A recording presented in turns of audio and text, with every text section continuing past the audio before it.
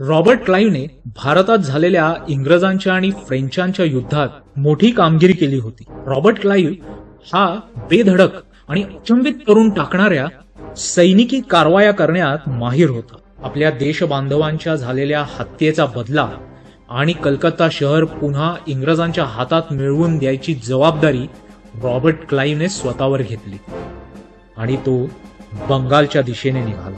इंग्रजी फौज हुगळी नदीच्या पात्रातून कलकत्त्याच्या दिशेने निघाली. वाटेत त्यांनी फोर्ट बजबज ताब्यात घेतला. त्यानंतर इंग्रजी फौज कलकत्त्यात आली.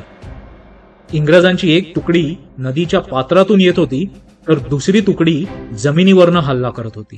या झालेल्या दुहेरी हल्ल्यामुळे फोर्ट विल्यम मधील नवाबाच्या सैन्याने किल्ला सोडून दिला. फोर्ट विल्यम आणि कलकत्ता शहर इंग्रजांनी पुन्हा ताब्यात घेतलं.